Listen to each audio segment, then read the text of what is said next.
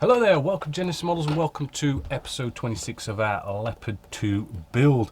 Now in this episode we are going to be covering, basically we get all this nice splatter effect and sort of light dusting that goes up the sides of the armoured skirts. We get our tracks on, we get our wheels on, we get the final matte coat on also, and just showing you just kind of like getting all this nice muddy effect that we've got going on all the way around here, sort of like a nice light on a bit of exercise, maybe not really sort of seeing much action, just nice light weathering hopefully. So let's get cracking with the build.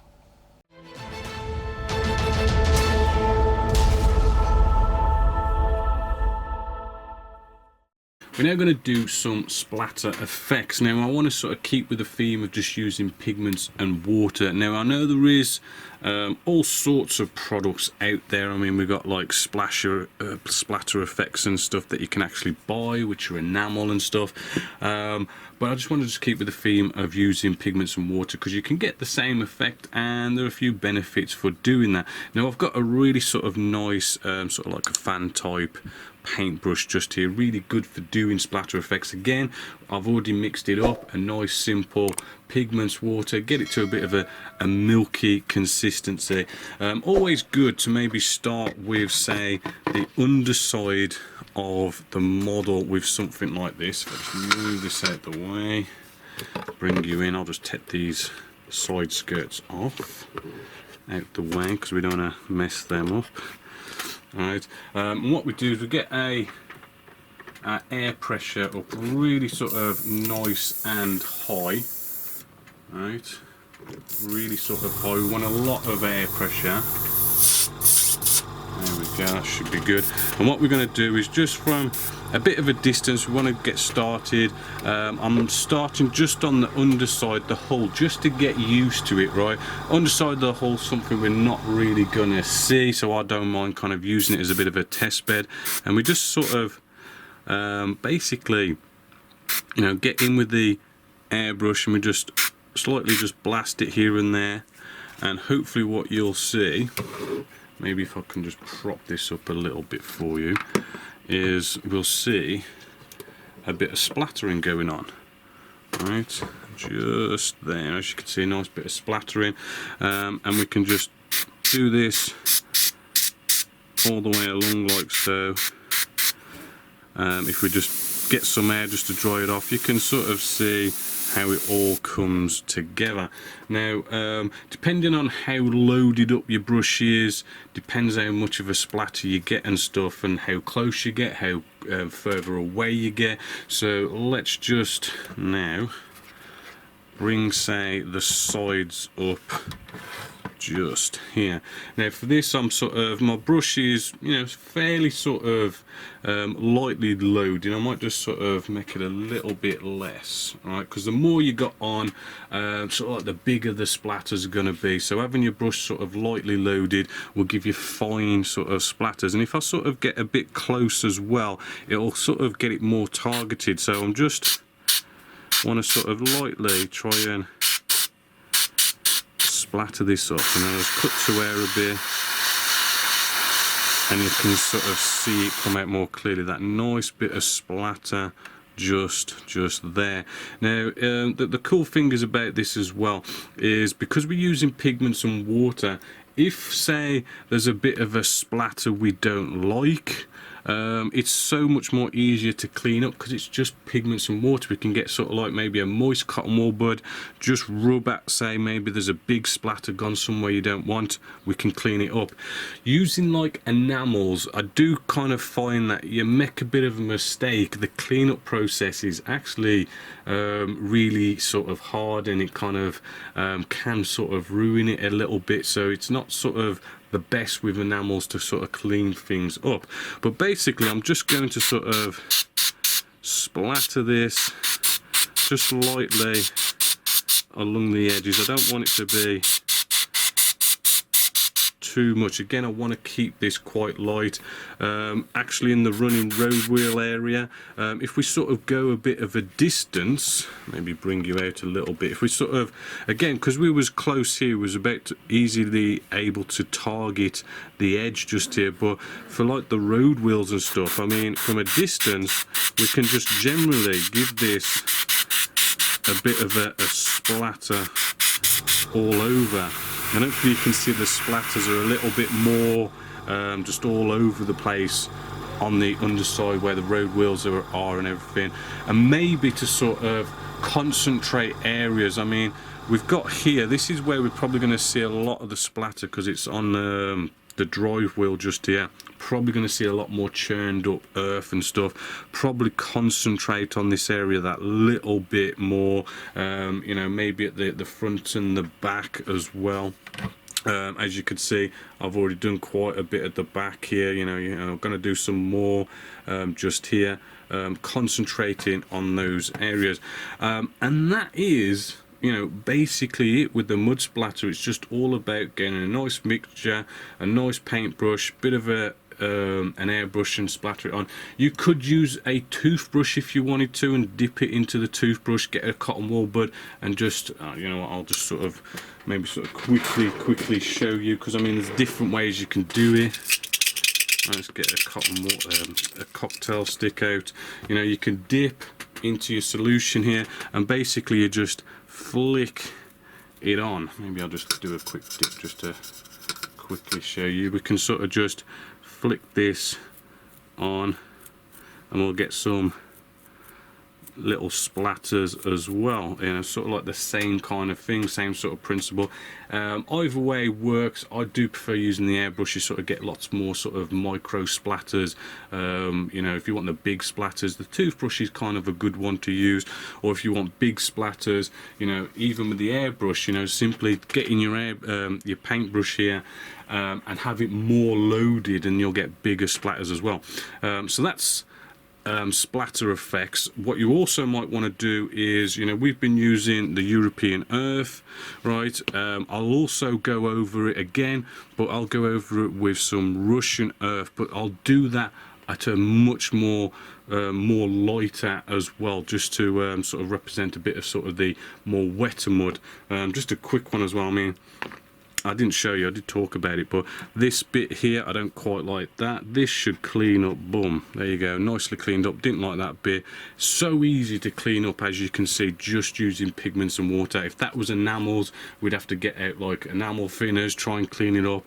It can smudge, get a bit messy. It is doable, it's just a bit more tricky. All I've got to do now is just go all the way around and get that mud splatter on. So there's all the splatter effect done. Now I have sealed it in with a matte coat. Again, good old Winsor and Newton matte UV varnish. Now I did go more intense. Again, remember the hole, you've got to go a bit more intense than what you want, because it does knock it back a bit. It sort of feathers it in. You lose a lot of these sort of splatter effects you do, and it lightens them up and blends them in, which is kind of good because it makes it look a bit cooler. But you've got to go a little bit more than what you want.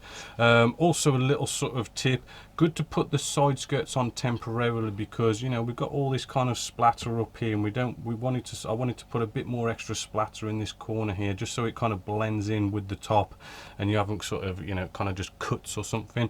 Now what we want to do is just over here I've got out a bit of paint and I've sprayed on just a little bit of a light, just at the bottom there. You can probably see like this light sort of misting of a bit of spray paint I've put along there, just to kind of put a very sort of fine dustiness to the whole thing, right? So just coming back to this side, we're going to get out Vallejo's 71, get you to focus, 023, a bit of hemp, right?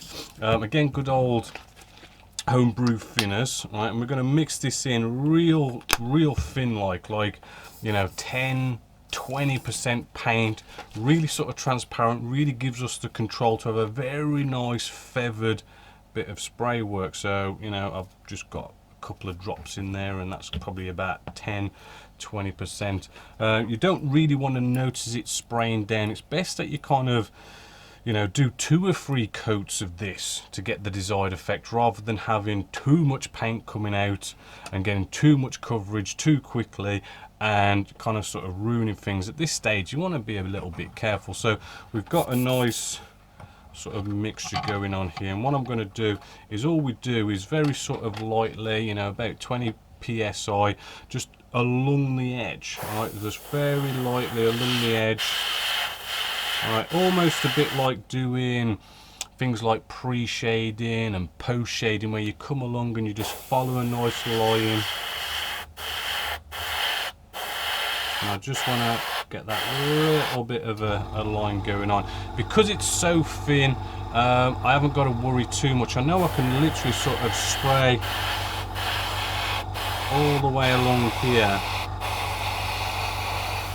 and not really sort of worry about it going down too much, because I'm probably looking at that and one more coat running along the bottom just to get that nice little bit of a feathered, very fine dusting, and literally I'm just going to do that around, all the way around the edge of the hull, nothing else, and that pretty much gets most of our weathering done.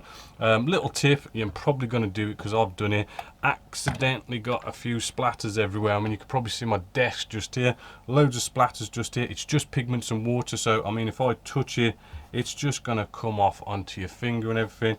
Want to clean up your workstation, and you've probably got the same problem that I've had. I have accidentally, as you can see, we've got little splatters going on the hull because it was just over there, and it just somehow splatters have gone over there, they've gone everywhere. Cool thing about pigments and water, cotton wool bud, you see these splatters and they just clean up so easily. So if you do, you know, it isn't that hard to clean up. That's why I like using just pigments and water, and you sort of get basically the same nicer effects as you do using enamels. It is kind of like the safest, nicest way of going about it. Now I'm just going to move on with the next bit. So with that now done, right, we're going to sort of get the tracks and that on. As you can see, I've got one side basically done, putting the road wheels on and everything, absolutely easy, just push them on. Technically you don't need to glue them because I've got those cap sort of O-ring kind of things in there. It holds them in place rather nicely. As you can see, it's really sort of looking the part. Now do have a slight problem with these tracks. I don't know if like I have maybe missed a track link out, maybe I did one less than I should have done, or maybe the weatherings maybe shrunk the tracks. But to sort of bring these together, we're going to have to really sort of squash them in and make them really tight. And remember, this is plastic. They do break. I've had them break on other models before. So really, we're in a lucky position here, because plain and simply, we've got these lovely skirts and they will absolutely cover that up anyway. So actually I'm just going to sort of leave that not connected together because we're not going to see it. Absolutely fine, me personally. I'll probably just sort of glue in a couple of areas. I normally sort of maybe add a little bit of glue on each sort of road wheel sort of thing, just to sort of keep them nicely sort of connected. But apart from that, you know, the armoured skirts will sort of cover that up. So really we've now come to almost get into the final stages now. This is where we put that final matte coat on, which I absolutely love, because when we put that matte coat on, it just kind of brings it all together. It is bringing the final stages together, because a lot of it is still sort of glossy and you can't quite see the weathering to its full potential. But when you get the matte coat on, it really sort of brings it alive. But just before we do that, because we've been messing around with pigments, I mean, I know I've already mentioned it, but before we just go off and before we do that final matte coat, let's just, you know, make sure that we go over absolutely every square inch of this to make sure we've got no little bits of, you know, especially the splatter effects could have got here and there. You know, rub them down, get any sort of bits of hair, bits of debris off, and make sure it's clean of all those things. So when we put that matte coat on, it's going to seal it all in, which we'll do right now. So with the matte coat, I know I've been mentioning it throughout this video, but to really sort of go in a bit more depth, I do prefer Winsor & Newton's matte UV varnish, really sort of nice varnish. If you can't get hold of this, Hanance does do a nice matte varnish, and that's a really good one. I know you have to have your air pressure up high, but it gives you a nice matte finish. Always give these pots a good shake. You know, they nicely thin with homebrew thinners, right? And it's around about a 50-50 mix that I normally go for with this stuff. Right, so now we've checked all our model and make sure it's all nice and clean. Oh, by the way, sorry about the first sort of take in this episode, but I did forget to turn my mic on, so you know, hopefully you'll still sort of be able to hear, but you know, we haven't got the good quality of the mic that we normally have. I do apologise for that, but yeah, we mix these up, nice 50-50 mix, right? And then it's just a case of, you know, spraying down on this, normally about 20 psi, and what we nicely do is always start off with that nice light misty coat, right? So you don't really hardly notice it going down. Right, you can cut to air because it's a misty coat, nice, quick and easy to dry it off. And then we can nicely start off with that light coat. A light coat where, you know, you'll see it start getting a bit wet and you just want to then move along. Right, you really don't want it pooling up or anything like that. We've got lots of raised areas here and there, so it is a case of, like, you know, trying to come in from all those different angles. Right, and that is basically it. Probably like 2 or 3 coats should do it, and it'll start looking nice and matte. With this stuff, it does dry pretty quick, like acrylic kind of paint. I do find it's a little bit tacky for maybe 20-30 minutes maybe, but you know, just leave it for about that long and you should be good. It's got a nice UV property, so it's you know, sunlight, it sort of helps protect it a little bit more from the sunlight, so I do like that. Just, you know, for the models you have aging, I mean, I've got models in here that are like 10 years old and I've not seen any kind of nasty yellowing or any of those kind of effects, because, you know, the matte UV varnish does help. So I'm just going to go around all the model now, get everything nicely mattified, and we can move along with some nice final little bits. So there is episode 26. Next, episode 27. You know, hopefully, as you can see, we've got pretty much most of it done. We've got that final matte coat down. So next episode, well, really, it's lots of little things. I mean, we've got all these tracks on and everything now. I want to get some wet effects on there because it just makes it look a little bit cooler. Probably some sort of oil or fuel stains as well, just to kind of give it a little bit more of a jazzed up bit of life. We've got things like making our own glass here for our main beams. We've got to remove all these sort of canopy all these masks for all the glass. Lots and lots of little things. Should be lots of little nice techniques in the next episode. We still have our I think he's a loader or commander or something that still needs to be painted up. You know, hopefully we're going to be pretty sort of finished in the next episode, and probably spend the last couple of episodes probably painting up this little guy just here. So I'll catch you in episode 27.